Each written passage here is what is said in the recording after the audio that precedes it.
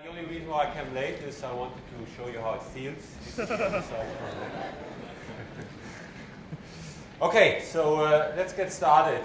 We were talking about premixed combustion, and we almost finished this yesterday. Today we want to move on to non-premixed combustion and then to turbulence and turbulent combustion. And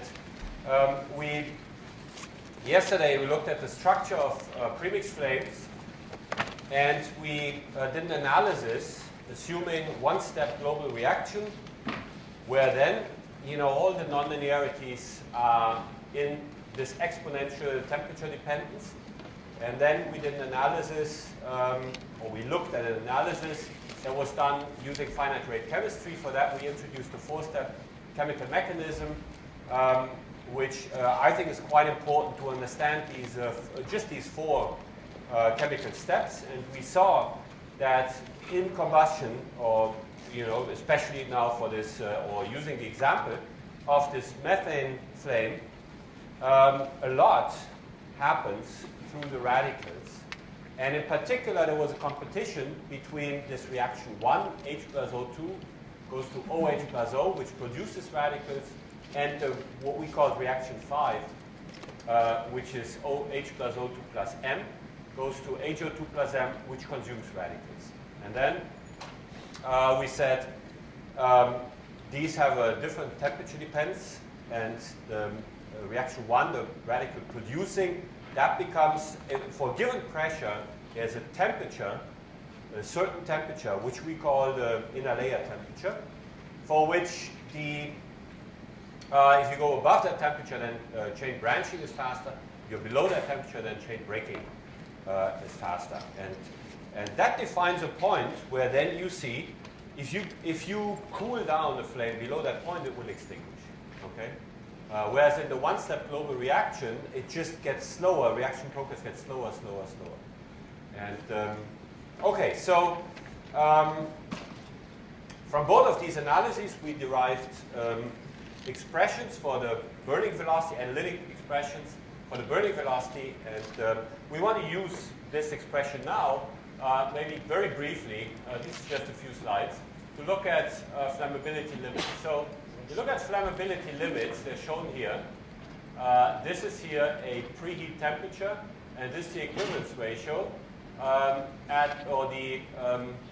let's say the flammability limit equivalence ratio. So what that means is here, if you have fuel here at fuel air mixture at 100 degrees Celsius, then you see if you spark it, and it has an equivalence ratio larger than here, is 0.7 or whatever, it will burn.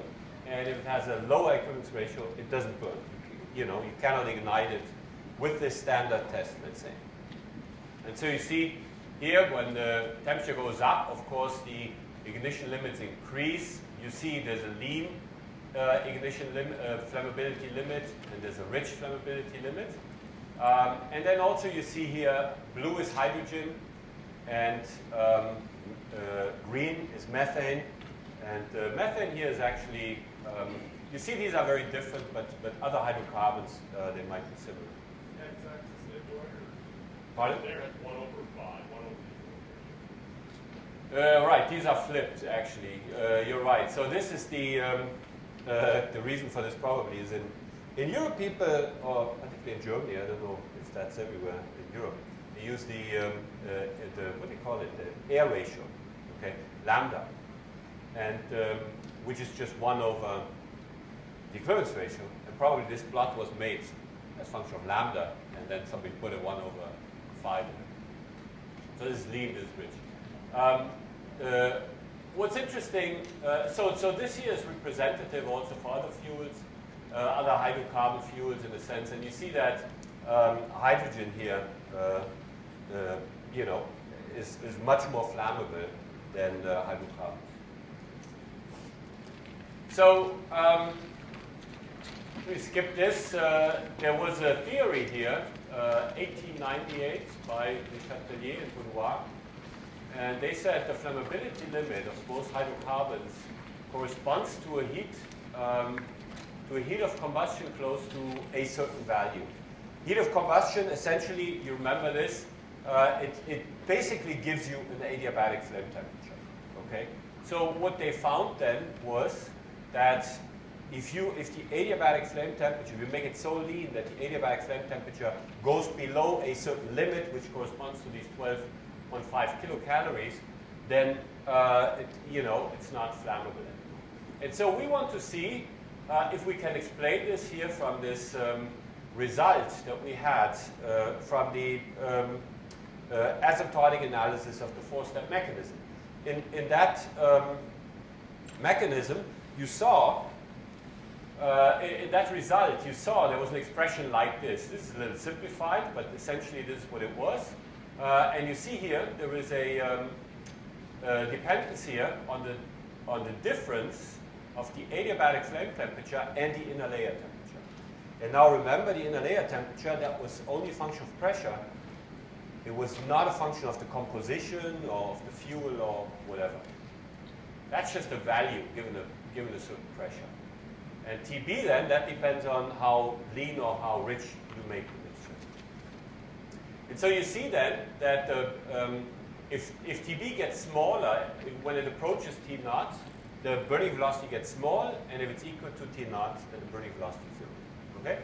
So let's see if that can help us. We can then say, okay, let's say we try to estimate the TB from what we did in the first lecture, actually, or the first or second lecture. We had an estimate for TB at complete conversion, and then we set it equal to T naught, and then we see how that looks like. So this here is the expression that we had in the first lecture. TB minus TU is proportional here to the heat of reaction and also the unburned fuel mass fraction for lean mixtures. And from this then, we can compute what YFU is, and from this the equivalence ratio as a function of this temperature. And now, as I said, we just set this temperature TB. We set it equal to T naught, and that then gives us here a fuel mass fraction. Okay, so we can, that should definitely be, maybe that doesn't explain the whole story, but that should definitely be then a lower limit, because we said if the maximum temperature goes below the inner layer temperature, then there can't be any radical production. And if we plot that then, you get this line here. So this here is the the mole fraction here of methane, here probably in percent. And this is the unburned temperature. And then you see, you get a relation here like this. And you see these are experiments. And what you see is there's a small difference. So this here would be, this here is the line where we said, let me back up. This is a line where we said SL equal to 0. Okay? But then it's found here in experiments that the minimum equivalence ratio where things burn has an SL of 5 centimeters per second. Why is that? Because if flames burn even slower than that, the residence time is so long that, for example, the heat losses by radiation all of a sudden become very, very important, and the flame extinguishes just by radiation or other external disturbances. So this here was SL equal to 0. This here is SL equal to 5 centimeters per second. And then you see, actually, this corresponds quite well to the experiment. And while, I don't know if that can be used as a general rule, it definitely shows you where does the flammability really come from. Okay? It comes from the fact that the temperature gets so low that this radical consuming reaction, which we call reaction 5, that becomes faster than the rate of the reaction that produces radicals, and then the flame extinguishes. Okay.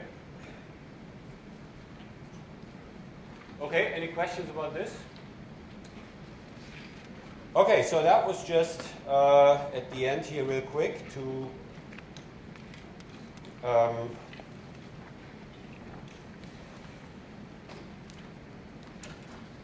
wrap up the section on premixed flames. So that was 7, and now we go to 8.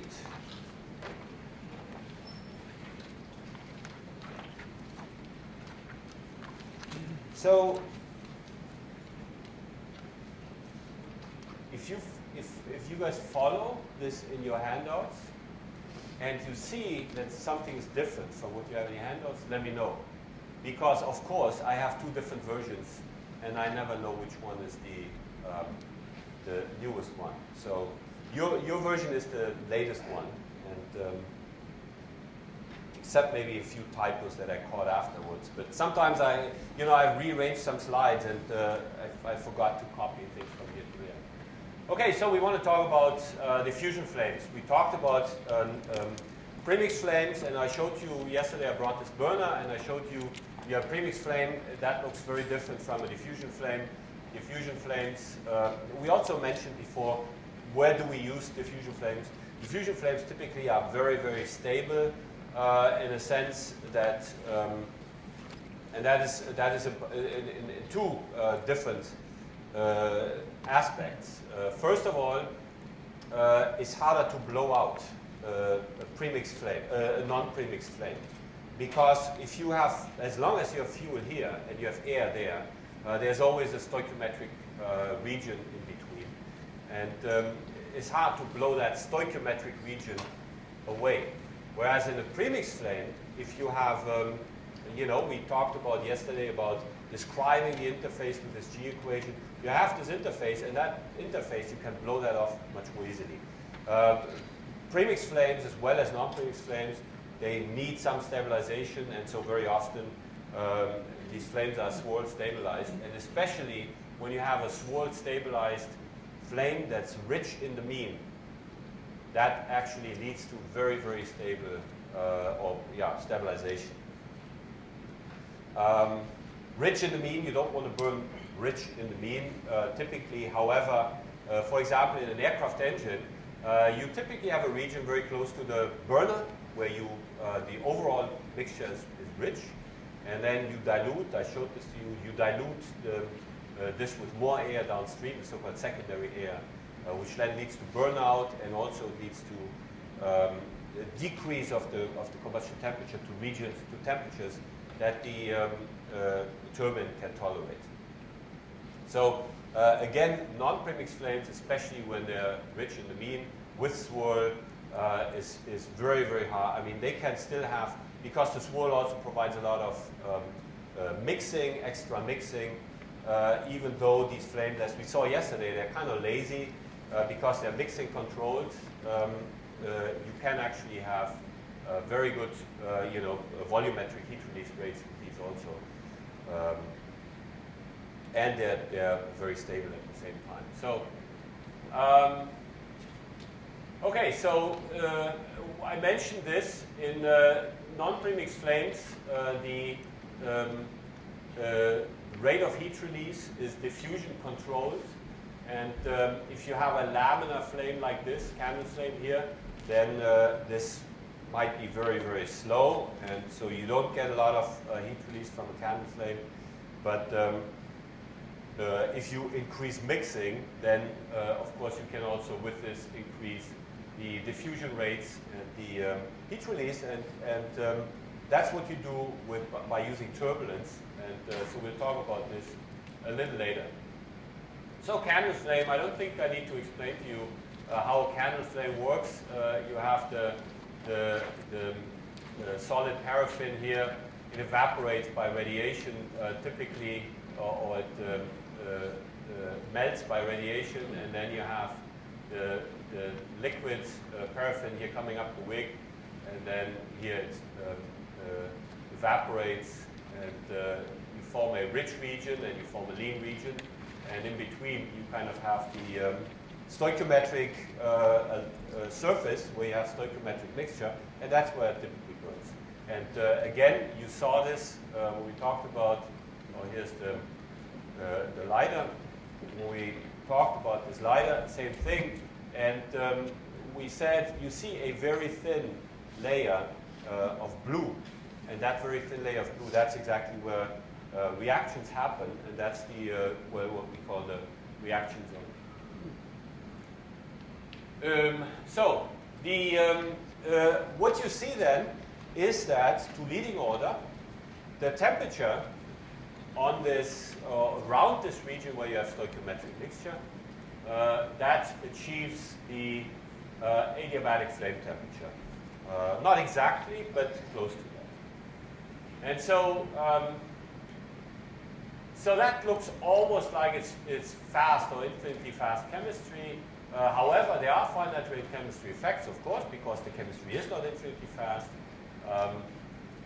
And so especially if we increase the mixing rate, you can even get, you can decrease this temperature. And guess what? If you decrease it below the inner layer temperature, then of course it will extinguish. And, but on the other hand, you can also describe now finite rate chemistry effects as a perturbation around the adiabatic flame temperature or adiabatic conditions. So in a diffusion flame then, again, let me show you this. If I look close to the nozzle, I see very, very strong changes. I see very strong gradients. I see here nothing, nothing, nothing, and then all of a sudden, you know, it's kind of blue, and then all of a sudden it's kind of dark again, and so on. And even if I go downstream, you see very, very strong gradients. The question is, what causes these changes in the flame? Okay? In the premixed flame, it was similar. There was also kind of a step function, and we said what causes these changes is not in the premixed flame, it was not an external parameter that caused this change. It was just one side of the interface is unburned and the other side is burned. Now, in non-premixed flame, this is a little different because, first of all, you don't have a propagating front like in the premixed flame. The differences you see here, they really come from a change in an external parameter. And that, you guys know what that external parameter is? Changes, any guesses? What changes locally?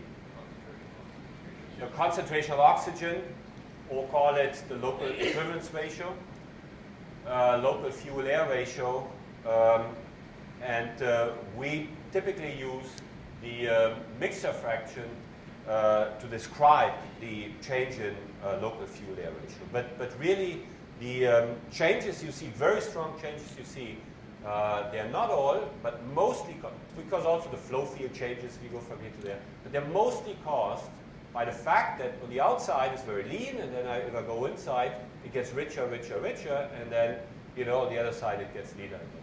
So that causes most of the changes, and so because of that, we use the local equivalence ratio to describe what happens in non-premixed flames.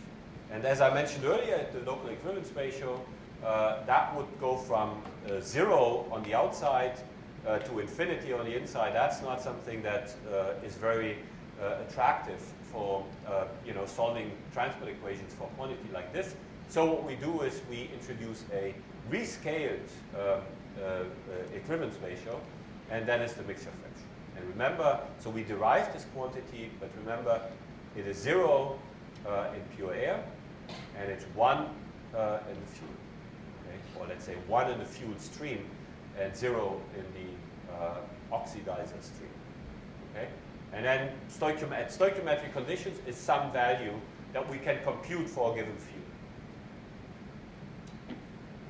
Okay, so the mixture fraction then appears as an independent coordinate, and you remember we looked at this leading order solution as function of mixture fraction.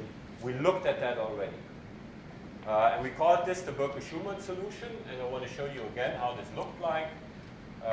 This was something like this. So if you look at this is mixture fraction, this is 0, and this is 1. So this would be pure fuel, and this is pure air. and then here somewhere there's Z stoichiometric. Now this is not drawn to scale because you see here my Z stoichiometric here, that's about 0.2. And you remember for methane, the stoichiometric mixture fraction was 0.05, and for all other hydrocarbons it was like 0.05 to 0.06. For hydrogens even smaller. So usually it's more somewhere like here, but this is easier to draw. And so then this is how this looked like. This was temperature, and then this also is, let's say, CO2 and H2O. They look very similar. And then you have oxygen, kind of looks like this. And then fuel, kind of looks like this.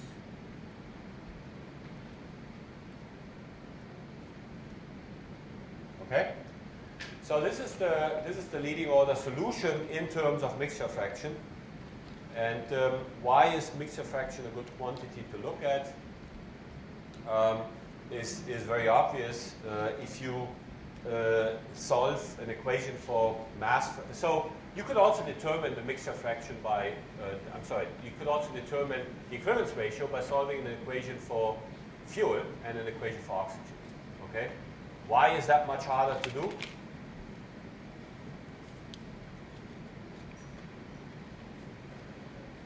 We have two equations, but let's say that wouldn't be a problem.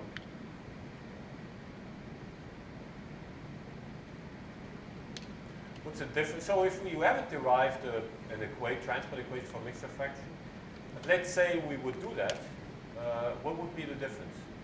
The transport equations for mass fractions will have a source term.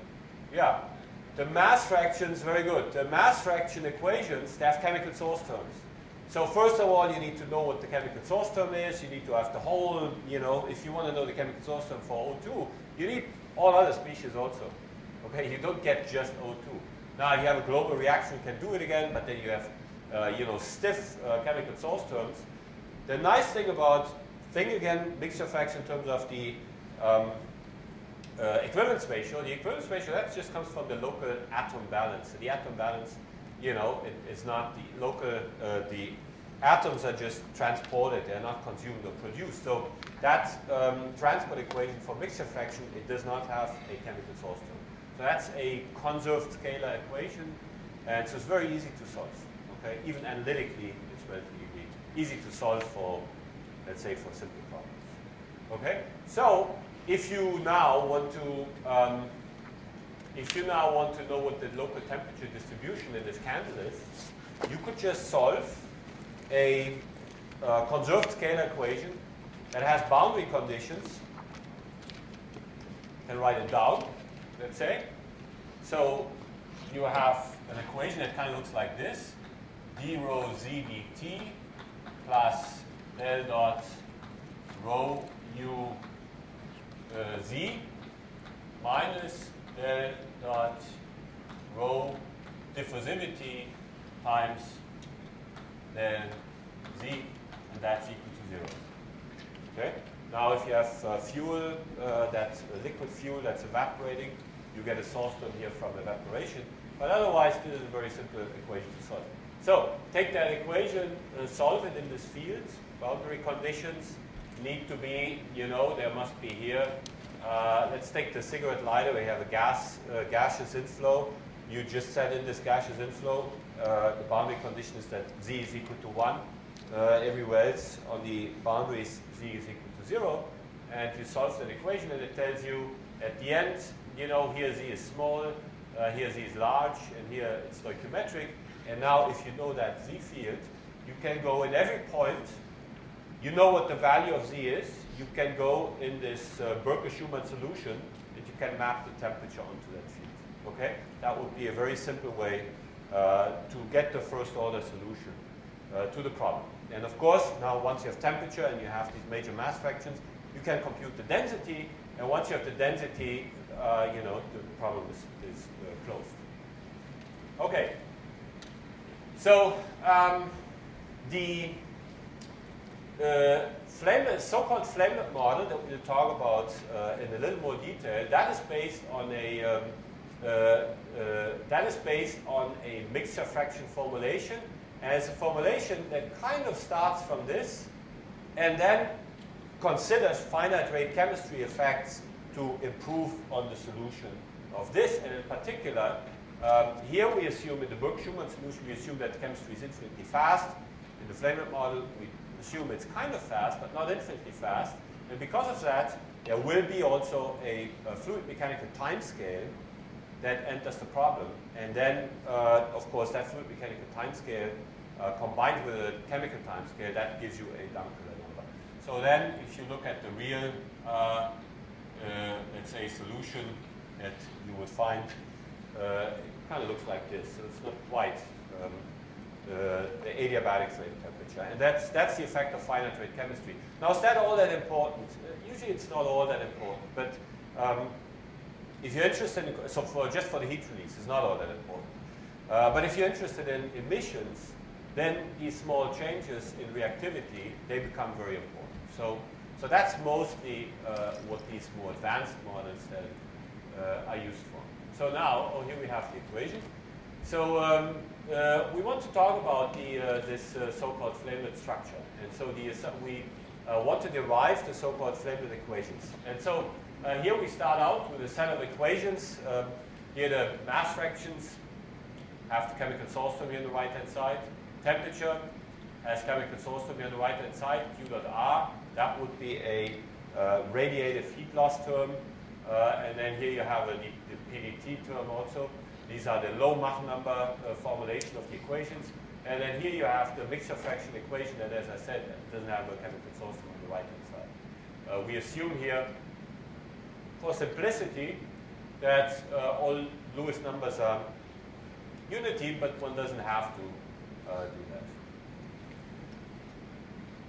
Okay, so then we start out with this Z field, and now we want to express, just like here in the Burke-Schumann solution, we want to express the solution in terms of the mixture fraction. And so you have the mixture fraction is a function of space and time. And we assume now that,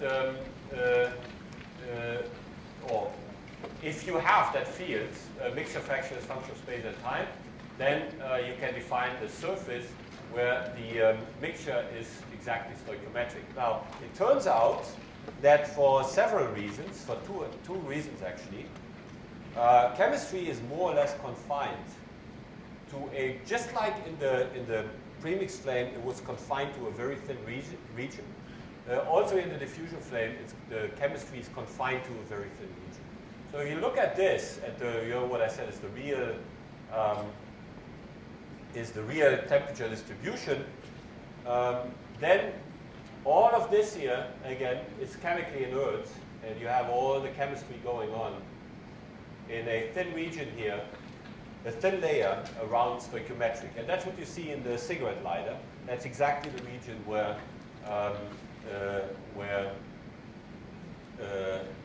you see the blue light color. Okay, so if we know now that all the chemistry is confined to a very thin region around stoichiometric, then we can introduce a formulation where we just look at that region close to the stoichiometric contour. And so what we do then is we introduce a new coordinate system, which is shown here. And this new coordinate system is attached to that surface of stoichiometric mixture. Okay? And you can say, I have a coordinate system here, x1, x2, x3. So I just look at one point now in the field, and I attach my coordinate system, my Cartesian coordinate system, I attach it to one point. Could you explain why it's confined to that set of reasons? Yeah, there are two reasons actually for it. Number one is this. So the reasons for it are, or the main reason is, that the chemistry is kind of fast. Okay, that's an assumption. And I said in the first lecture, in most technical devices, that's actually the case, because if the chemistry becomes slow compared to the fluid mechanical timescale, then the flame actually wants to extinguish. Okay? So in most technical devices, the assumption that the chemistry is kind of fast, not infinitely fast, that's a good assumption. Now, what if the chemistry is kind of fast? Let's look at this again. What happens if it doesn't burn? Okay, this is burning, and so here you see I consume all the fuel right here, and I consume all the oxygen right here. Okay, what if it doesn't burn? Then my solution will kind of look like this. Okay, and this here is, let's say, stoichiometric. Okay, so now I have fuel and oxygen, and I can burn it. What if the chemistry, let's say there is some reactions going on, but the chemistry is slow? Then it would kind of look like this, maybe.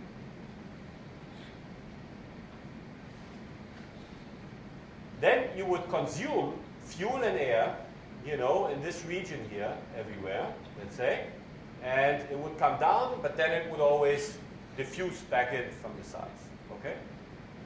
Now, if the chemistry becomes faster and faster and faster, then all of a sudden, it looks like this, okay? So what does this mean? Right here, I don't have any oxygen, so I can't have any chemical reaction. Right here, I don't have any fuel, so I can't have any chemical reactions. Which means the faster the chemistry is, the more confined the reaction zone will be to a thin layer. Now, in reality, so if it's infinitely fast, then all the heat release has to occur in the surface. And if it's not quite as fast, then there will be a little overlap here of the two, and then you have a certain region where you have chemistry. That's reason number one, and that's the large Dampköhler number reason. Large Dampköhler number means it doesn't, so means now Dampköhler is not the chemistry is fast. Chemistry is fast has no meaning, that statement by itself. Chemistry is fast compared to what? Okay, compared to diffusion, because what you see here is that the chemistry is so fast that the species cannot diffuse fast enough back to keep the concentration up.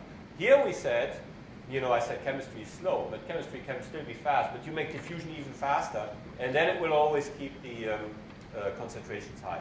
So that's the large Dampköhler, for large Dampköhler number, which means chemistry is fast compared to fluid, the fluid timescales. The temperature, the reactions are confined to a thin zone. Second argument is the high Zeldovich number argument. That's very similar to what we made yesterday. As a matter of fact, the Zeldovich number is relatively high. And if the Zeldovich number is relatively high, then that means you get a certain reaction rate at maximum temperature. And if you go to a slightly lower temperature, then or if you go to lower temperature, then the reactions become exponentially slower. Okay? Which means if I have a certain reaction rate here, I go slightly lower, and my reaction rate is only 1% of that. And I go to the other side, same thing. Okay? So these are two reasons, the large Dampköhler number and the large Zeldovich number, both tell you that the reactions are confined to a thin zone. Okay, good. Yeah, good question. I should have explained. Okay, so coming back to this coordinate system business, so we attach, to start the analysis, we just take our coordinate system such that, you know, it describes what happens close to this front. And we do it such that x1, the coordinate x1 is actually normal to that surface, and x2 and x3 are tangential to the surface. Okay? So that's how we start out. And then we say we want to describe, and why do we take x1 normal to the surface? Because we said most of the changes of temperature and species, they're caused by changes in mixture fraction. Okay, and so if a surface of isomixture fraction, then the strongest change, or the gradient, it goes normal to that surface. So x1 now points in the direction of the gradient of mixture fraction. Okay, so now what we want to do in our transformation is we want to say, we want to replace the coordinate x1, which goes in the direction of the gradient of mixture fraction, we want to replace this by the mixture fraction itself. Okay? And x2 and x3 and time, we introduce new names for the, because it's new coordinate system, you need to introduce new names for the coordinates. We call the new x2 we call it z2, and the new x3 we call it z3, and we call the new time we call this tau. But they should have they should be the same as the old one. So x2 points in the direction, z2 points in the direction of x2, and it also has the same changes in that direction. Okay. So the only one we change is x1 into z, and they still point in the same direction, but they have a different way of counting the distance. Okay. Now that's a coordinate transformation of the Croco type, because you replace the coordinates by something that used to be the solution of your system, by an internal coordinate. Okay, and then you get these transformation rules, and let me just show you how these transformation rules work. So we want to do a transformation t, x1, x2, x3 into tau and z, z2, and z3. So then we call it the transformation rules. D by d tau is equal to d by dt is equal to d tau by dt, d by d tau, plus d z by dt, d by dz, plus d z2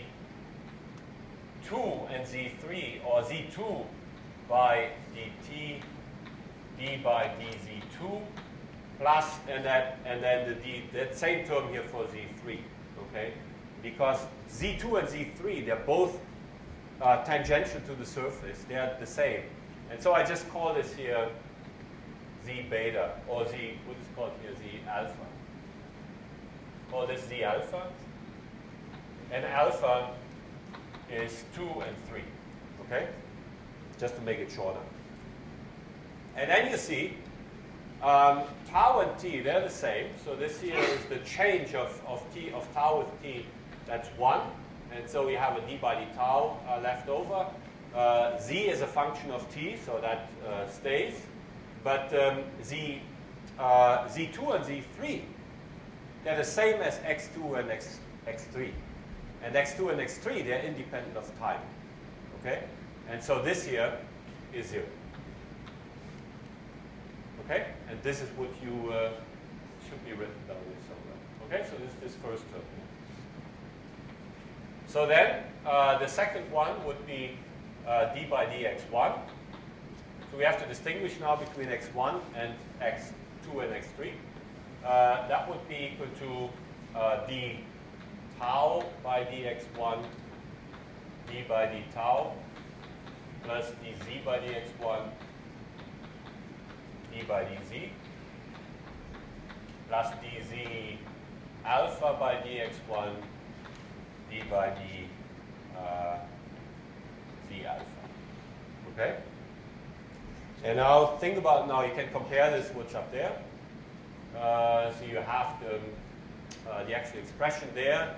So you see here the first one, that actually goes away. Why does it go away? Because tau is the same as t. T and x1 were independent coordinates, so this should be 0. Okay? This z is a function of x1, so this just stays.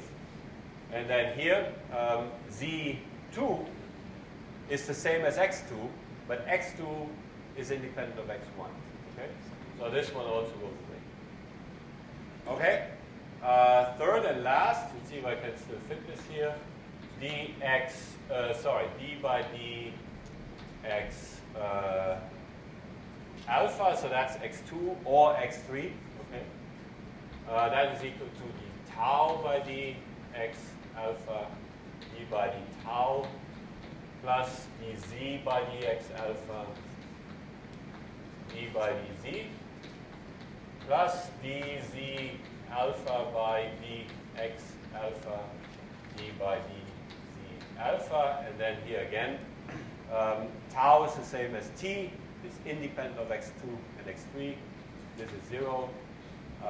Z is a function, mixer fraction is a function of the original coordinates, so this here just stays, and then Z alpha is the same as X alpha, so this here is equal to 1. Okay, and then you get the expression that we have up here. Okay, so these are the transformation rules, and now this was the tough part.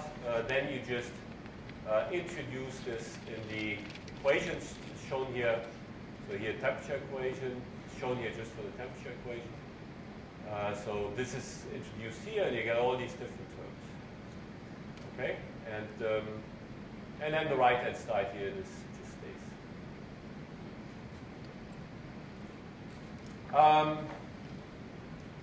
Okay, so now turns out, so if you look at this, you have some derivatives here with the Z2 and Z3 and so on, and then you have others, and then you have these terms here. Wondering if this is right.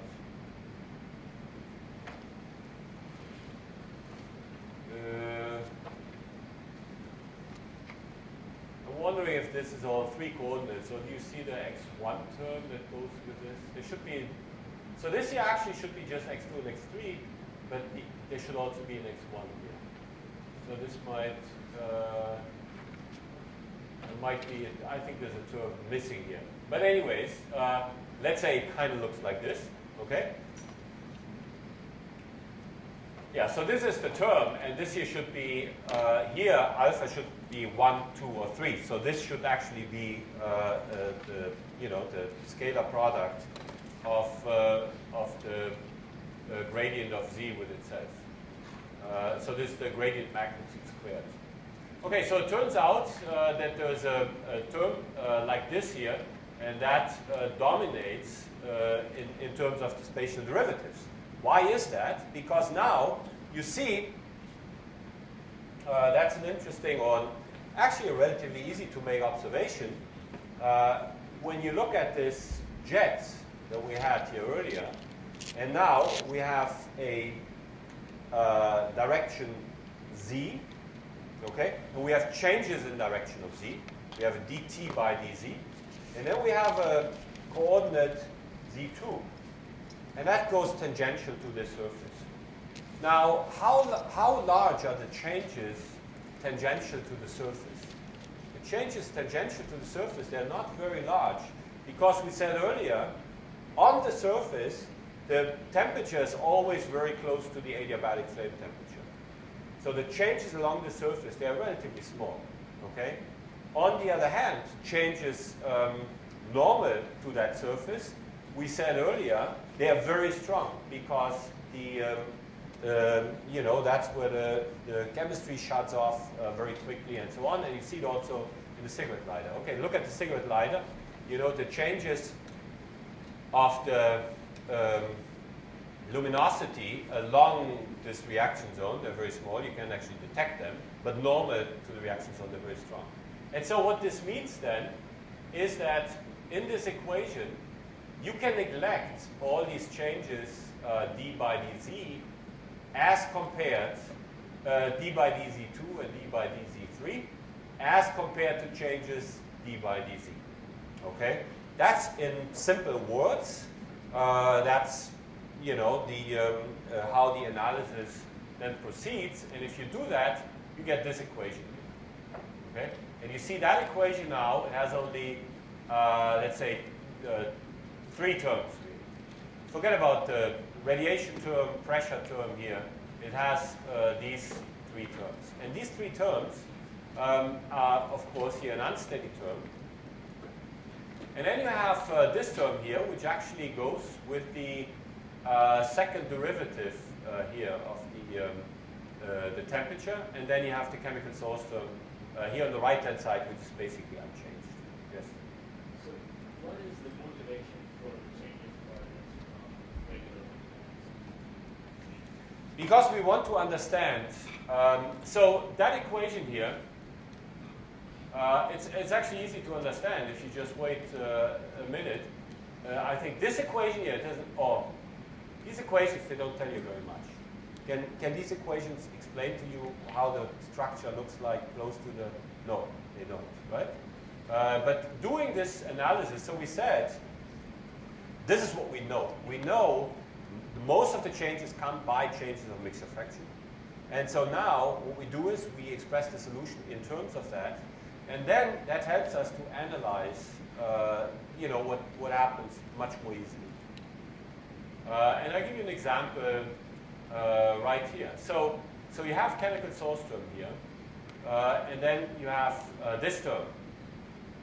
Forget about the unsteady term here also for a second. So you see this thing here, that coefficient here is positive, right? It's the square of this gradient. That's always positive, and diffusion coefficient is positive, okay? And then you have the second derivative there with respect to z, and then on the right-hand side, you have the chemical source term, okay? Now, if I would ask you, here, where's the heat release, okay? Or one of you asked me yesterday, why is it that there's no chemistry here, okay? Well, look at this equation. This equation says the chemical source term is equal to the second derivative of the temperature with respect to z, okay? Second derivative here is what? Is 0, which means there's no chemistry here. Okay, this equation tells us that right away, okay? This equation also tells us there's chemistry here because there's a very strong second derivative here.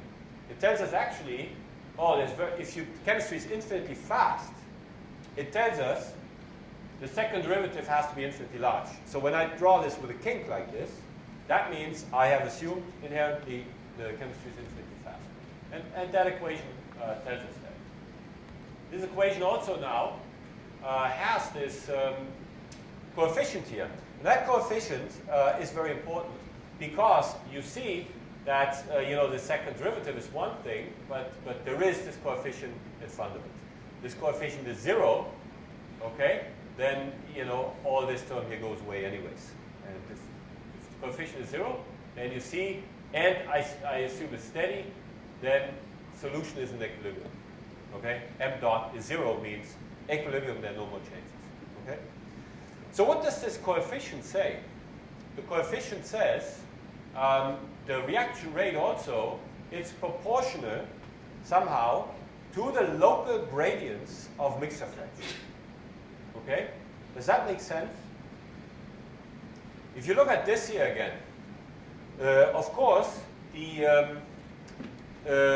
said earlier, chemistry is mixing controlled. If the chemistry is kind of, the heat release is mixing controlled if the chemistry is kind of fast, which means mixing controlled means mixing is faster if the gradients become larger. Okay? So if I, by some turbulent mechanism, I compress this together, I make the gradients larger, and that gives me faster heat release. Okay, so the gradients, this would be the gradients of fuel and oxygen, and also the gradients of the products, the reaction products, because you form these products right here in this layer, and they need to get away. Okay, they need to get away out of this layer because otherwise they will cool down the reaction zone too much. And so all these gradients of fuel and oxygen and so on, they are represented here by gradients in mixture fraction, because if you make gradients in mixture fraction larger, that means you also make gradients, all other gradients larger. Yes? Is that why you have a square factor to capture multiple species? Because the last one's Is that why you have a square there? yeah. Well, I mean, You expect to use the first power for last one's global. so what is your explanation for why you have a square? Because you mentioned it's capturing more than one species, perhaps that's why. Oh no, that's not. So yeah, I see where you're coming from. Earlier, when we had the reaction source term, there was a concentration of oxygen times concentration of fuel, and when we expressed that in terms of temperature, there was a temperature squared. Okay, but this here is not the same.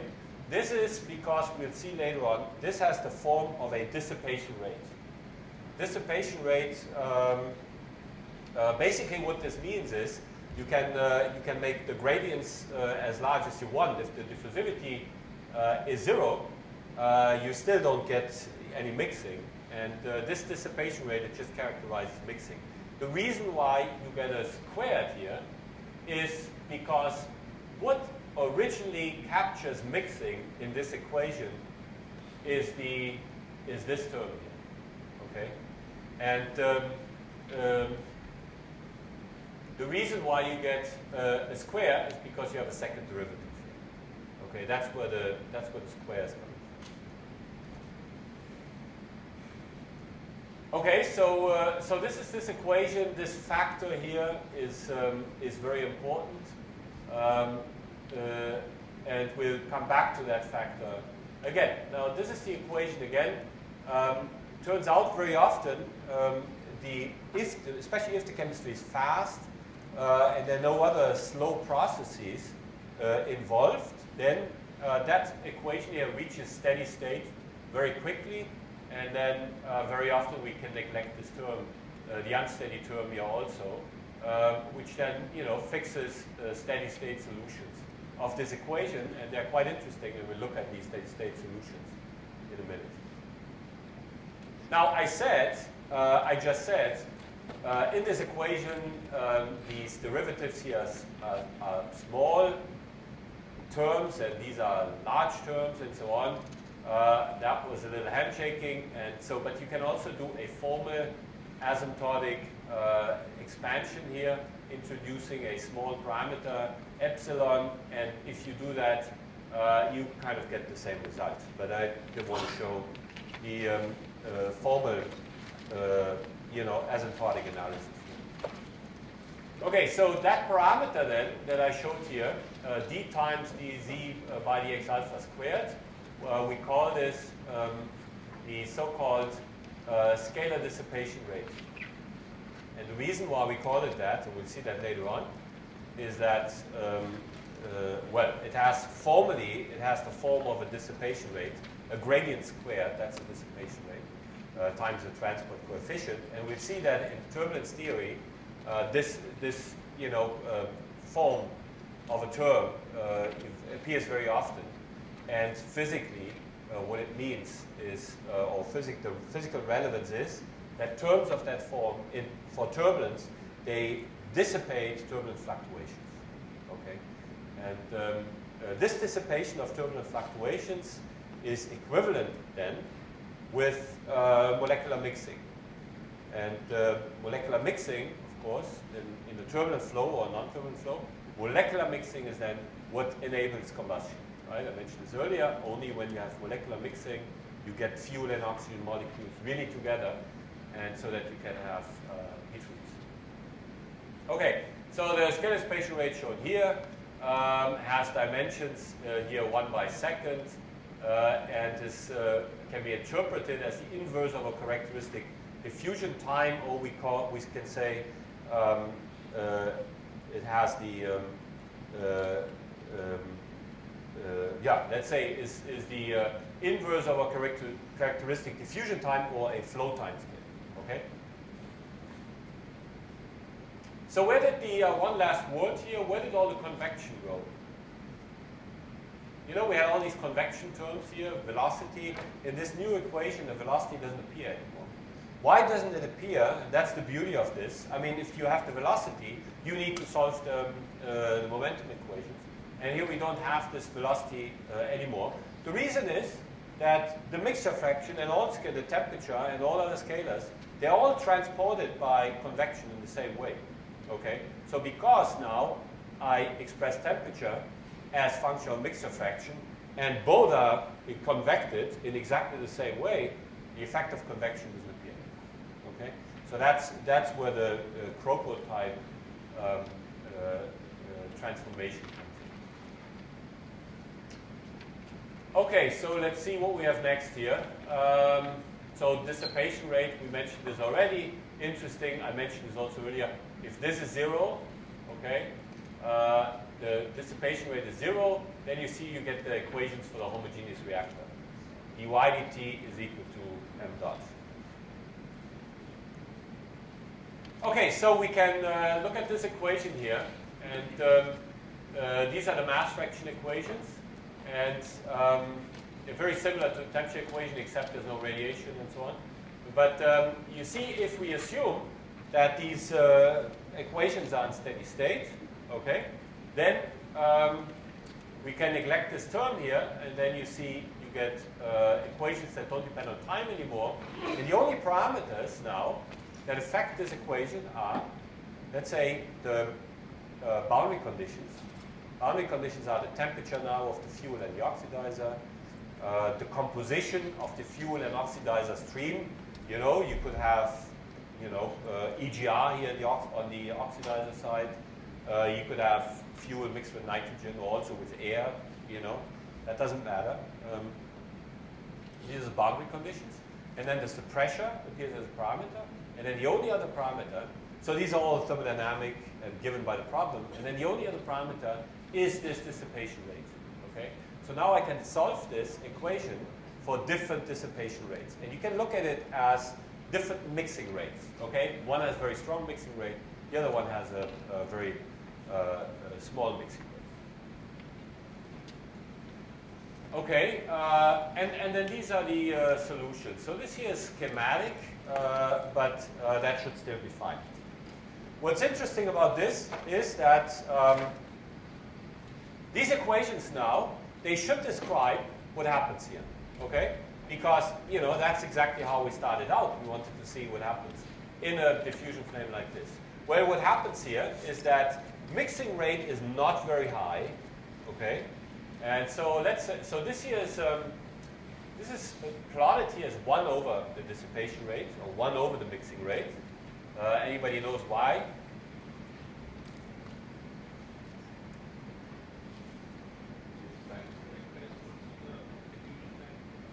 Yeah, so I said earlier, the chemical time scale and the flow time scale, that makes a Damköhler number. So essentially, now, this is how a Damköhler number looks like, and you have a flow time scale here in the numerator. And the flow time scale for us is 1 over chi, okay? Because chi is 1 over second. So 1 over chi stoichiometric times chemical time scale, that would be a Damköhler number. Okay? That would be a Damköhler number. So when we plot this as 1 over chi, really we mean that's like plotting it as function of Damköhler number. Okay? So this would be the limit here, a large Damköhler number, or let's just say there's a small mixing rate. So you see small mixing rate here. I'm up here somewhere. And which means temperature. So this is the max, I should have said that. This is the maximum temperature, or let's say it's the stoichiometric temperature. Stoichiometric temperature as function of this chi, and this comes from the solution of these equations. Okay? So when it burns, I'm somewhere up here.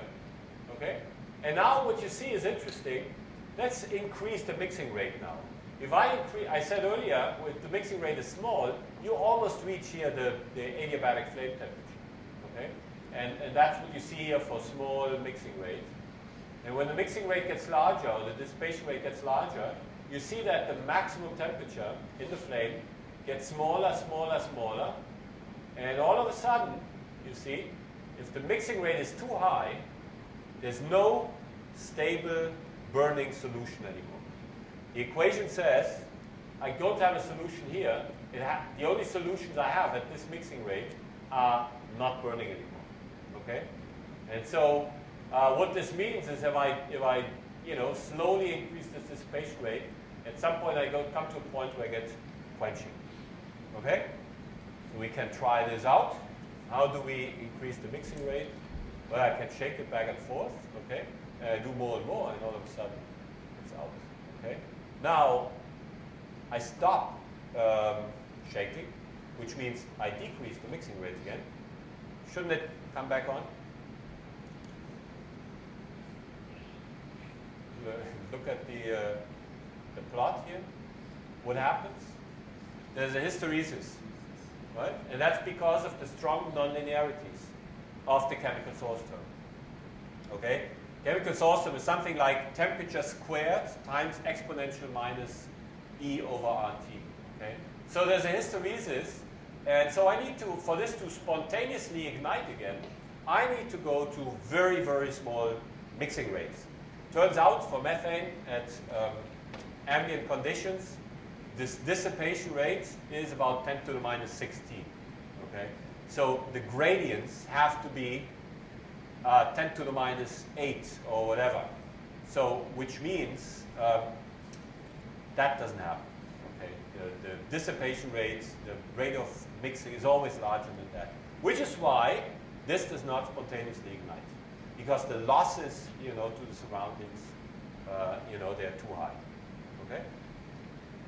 So by decreasing this, I could get only here. So it does not ignite. But if I all of a sudden give it some energy, push it up to the upper branch, then it will work. Okay?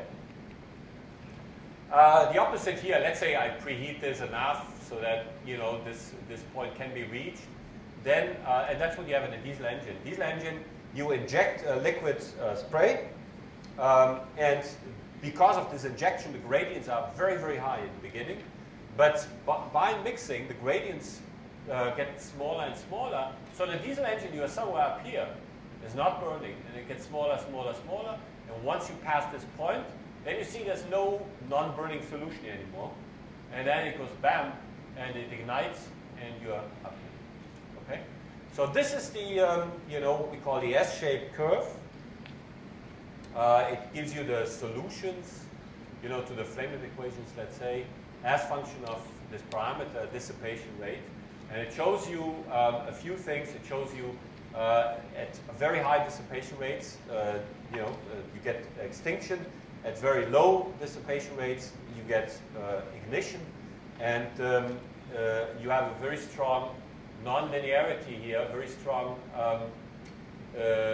hysteresis effect, which goes away if you preheat a lot. But so, for example, if you have heard that in so-called flameless oxidation, flux, is called differently in different parts of the world. The preheating is so much that this here goes away, and which means you can get stable combustion here even at lower temperatures. Now, we didn't say anything about this. What happens at that point? These solutions, so these are solutions to the steady-state equations, but it turns out they are unstable. Okay, so you cannot stabilize a flame here in this condition. Why is that?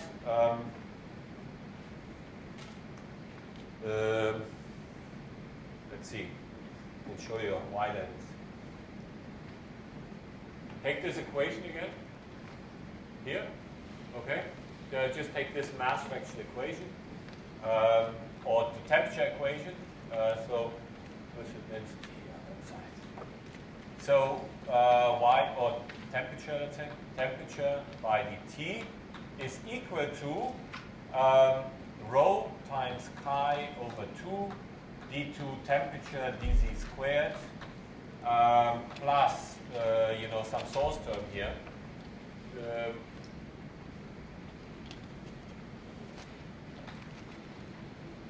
I'll write it like this, let's say, well, it's the same source term, mi, hi, and then plus these other terms, but let's forget about these, okay? So what this says now is that the time rate of change of the temperature is equal to this, okay? Oops, where's my, okay, it's equal to this. If I'm on the steady state curve, then it's 0, right? Time rate of change is 0. Now let's start here. And now I artificially make the dissipation rate a little smaller. I push it to here, okay? What happens? if I make the dissipation rate smaller, it was 0, now I make it smaller, which means the right-hand side becomes negative, which means dt by dt is negative. Temperature has to go down. Okay? So that's what happens here. No, the opposite should happen. I made it larger here, and so if I make this larger, then this here should be negative. So now I'm confused.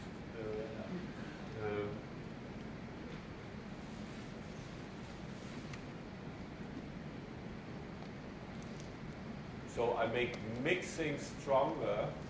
Oops, where am I? I make mixing stronger, and then my equation would now tell me this is now positive. So it should shoot off into the sky, but it should become negative. So obviously I have to think about this again. But turns out if you go here to the left, then this should become negative, and then it goes down here. And if I go from here to the right, it should go up, and it should go, always go back to this solution. When I'm here in the middle, same thing. I make mixing stronger, which means then that it should actually go down. And if I go here a little bit to the right, I should go up, and that shows you that if you are, as long as you're here on this middle branch, this, if you go a little bit away from this, it's unstable. Okay. So I use my lunch break here to think about this thing here again. So this is unstable, these are stable solutions and so on. This is not burning and this is burning. Okay? And so this is all what these equations tell you. Now one thing that's interesting is we did the analysis here of these equations. We did this analysis for a region very close here to the stoichiometric mixture. That's actually where it's most important, because that's where the chemistry happens. Away from this, there's no chemistry anyways. And it turns out that if you look at these solutions away from this surface, then it typically also holds quite well, which is why we often use this in the entire space and not just in the region right around this surface. Okay?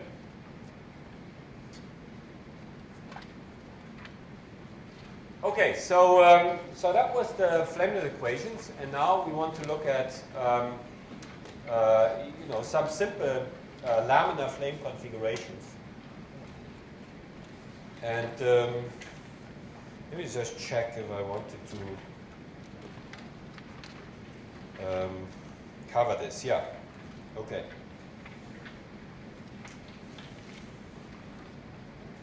Okay. So let me just show you. I showed you for the premixed flames there were some 1D kind of configurations, the spherically expanding flame and so on. And for the diffusion flames also there are some simple 1D configurations that I use to study the non-premixed combustion both analytically and also experimentally. And one is here the so-called counterflow diffusion flame.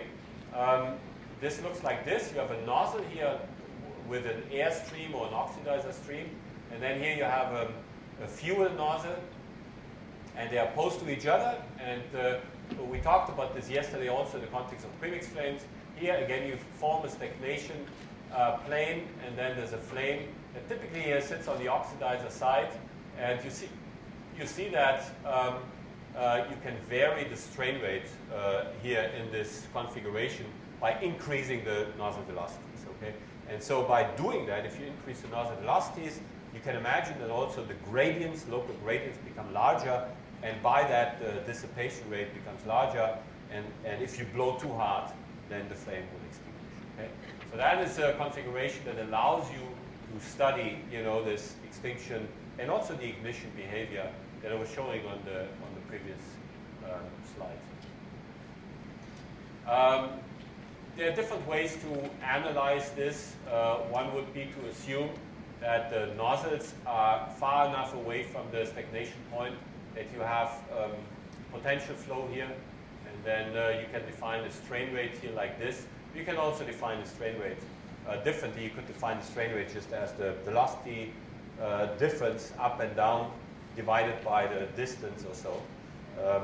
It doesn't matter how one defines the strain rate. But then one can assign here boundary conditions to this, which are given here. So this would be assuming potential flow. And this also is a condition that comes out if one assumes potential flow. But again, one doesn't have to assume the potential flow, especially if you do simulation. You don't have to assume potential flow. You can just put nozzles there. Very often for the analysis, and to derive analytic solutions, these potential flow assumptions are a lot easier. Now, the equations that describe this look like this.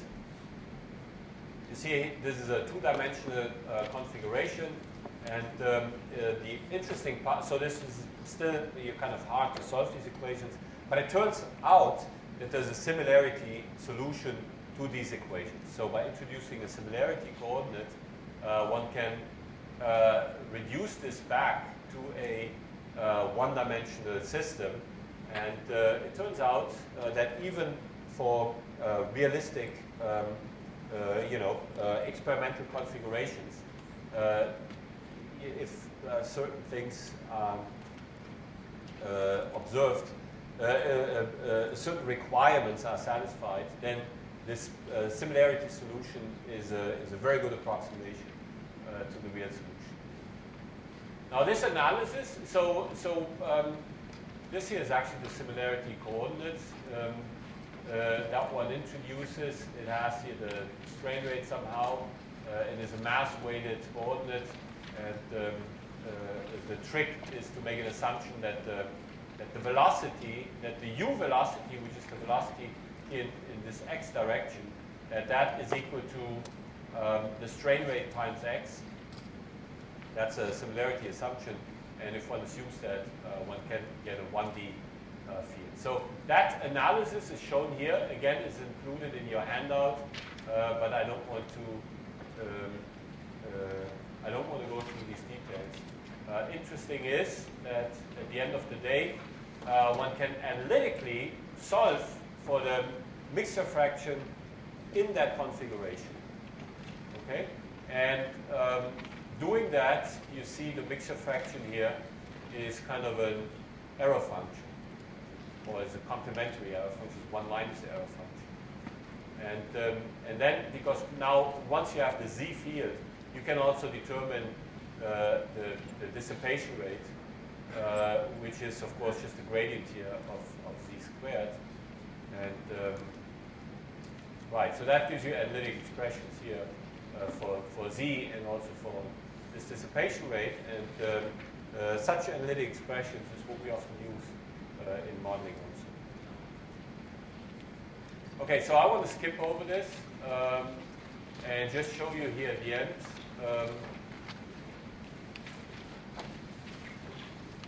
Now this was different from what you have, right?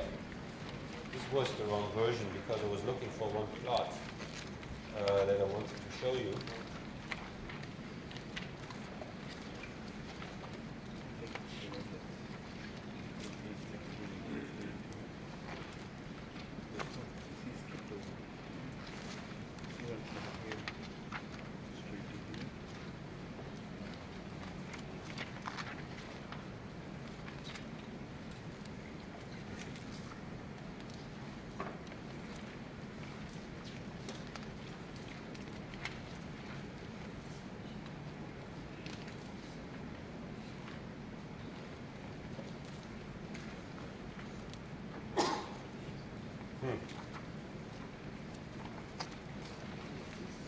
Did I lose my plot here?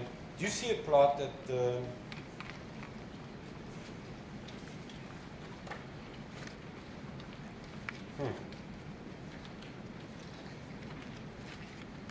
Oh, here we go.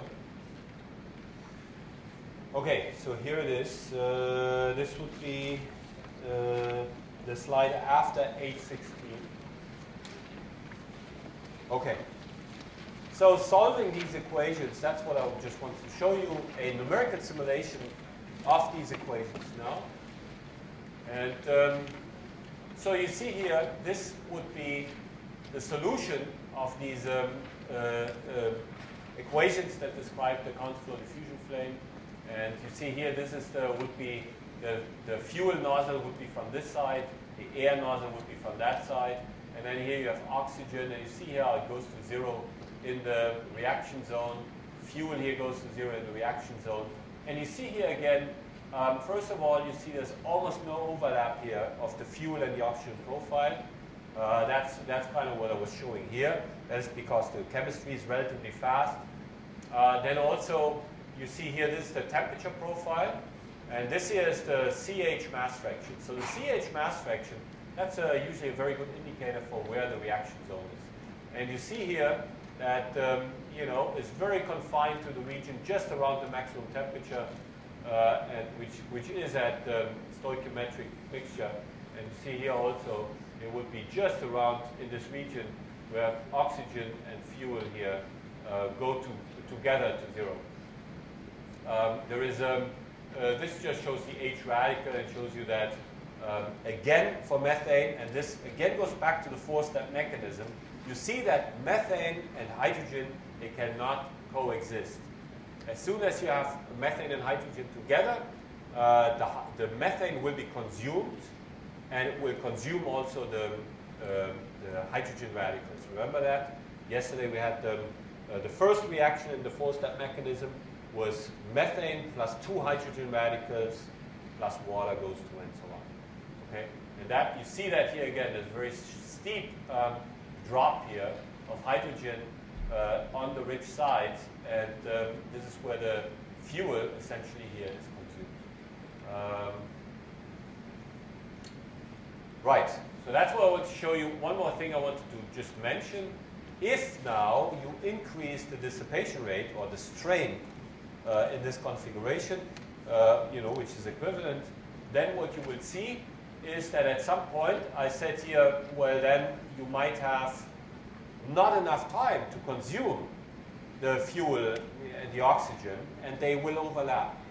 Okay? And that happens indeed. However, still, hydrogen and methane, they can't really overlap too much. And so you will not have the fuel overlapping to the lean, but you will have the oxygen overlap into the rich. And that's what's called the oxygen leakage. So for very high mixing rates in diffusion flame, you get so-called oxygen leakage of oxygen into the rich side. And that, because that oxygen will not have contributed to the heat release, okay, that leads to the fact that overall the temperature goes down. And that's the temperature decrease that you see here, you know, when you go to larger dissipation rates. Okay? Okay, oxygen leakage. Here we go. Okay, so that's all I wanted to show you. Yeah, this is shown here again. No, this is something else. If you're interested in this, so this it is interesting. Okay, let me just say one word about this. So this is the analysis. It's shown in it's in your handouts. If you want to look at it, go ahead and do it. This is the structure of a diffusion flame, assuming one-step global chemistry. Okay. What is the result? So this very, very famous analysis here by Laminar. He was really the first one to apply these asymptotic methods to diffusion flames. Very good paper, very good work. And but he assumed one-step global chemistry. And if you do that, you see that the fuel leaks into the lead. Okay. But we know that this doesn't happen. Okay. In reality, and that's again, you see the difference between one-step chemistry and multi-step chemistry.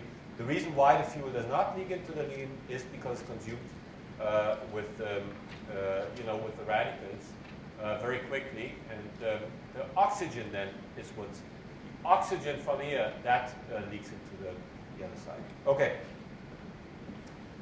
Good. So any questions about this? Yes.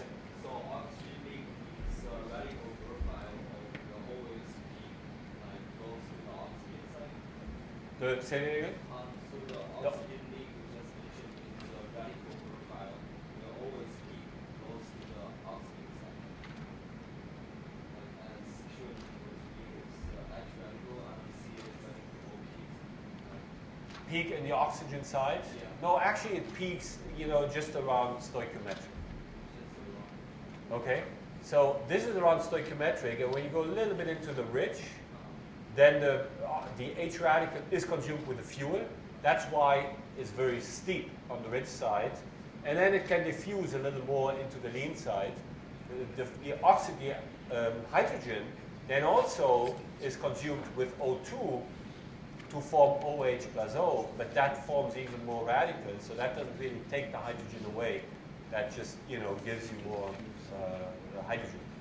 But when the strain rate then becomes very large, or the dissipation rate becomes very large, and you have oxygen leakage to the rich side, then that still doesn't change the equivalence ratio. That doesn't change where the mixture fraction is, right? You still have stoichiometric at some point, and that doesn't mean that the hydrogen, the point where the hydrogen is formed and consumed, that changes. So on the plot, should like stoichiometric. Okay, so I should have shown you the same thing, maybe also for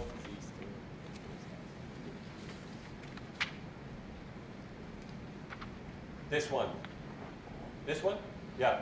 So stoichiometric is exactly here where this peaks, and probably I put stoichiometric. I put the 0 here exactly where stoichiometric is. That's very possible. I'm not 100% sure, but this is where stoichiometric is where this peaks, and you see this is right around this point.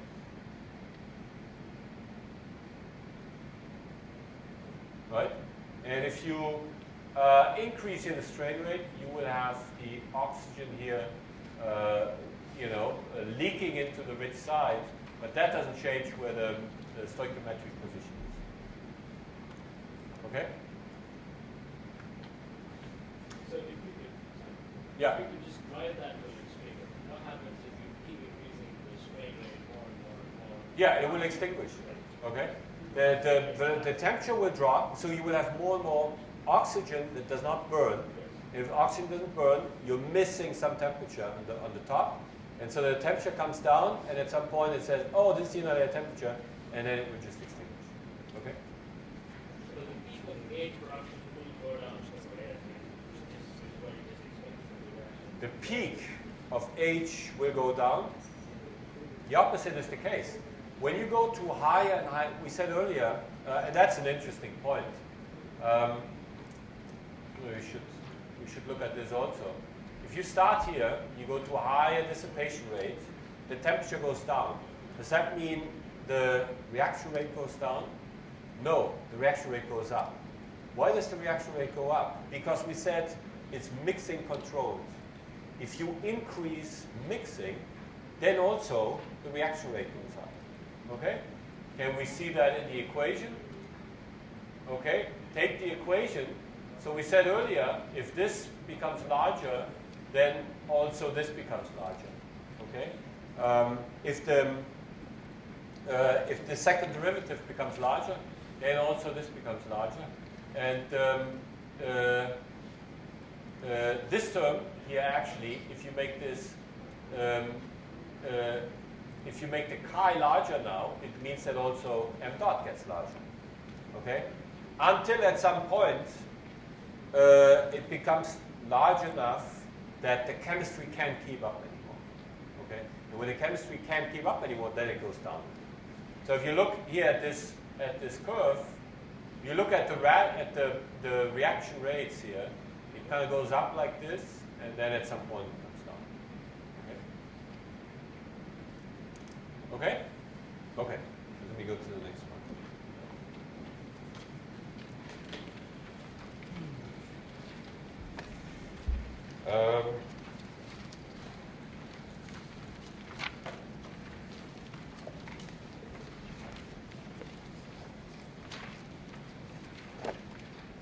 So this was 8, so now we're going to 9.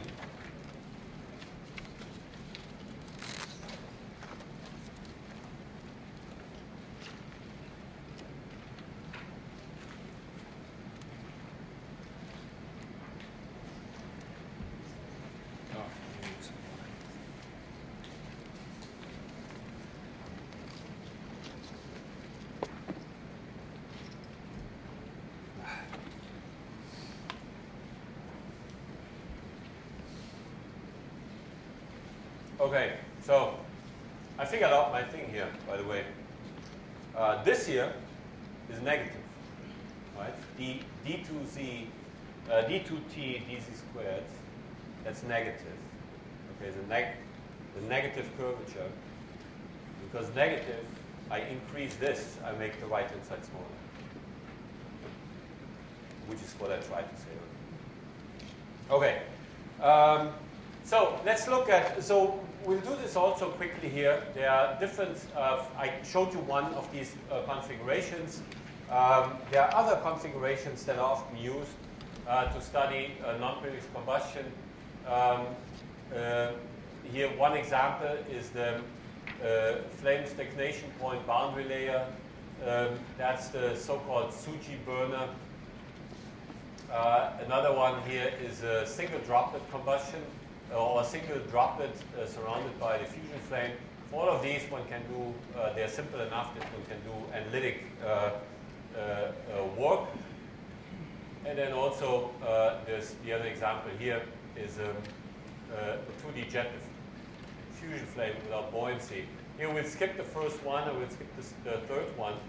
The third one is, I think, is particularly interesting. We just don't have time for it. The third one is not all that interesting. Because not very different from the contour diffusion flame we talked about earlier. We want to look at the second one here, just very quickly. So this is a Tsuji flame, and I'll skip that.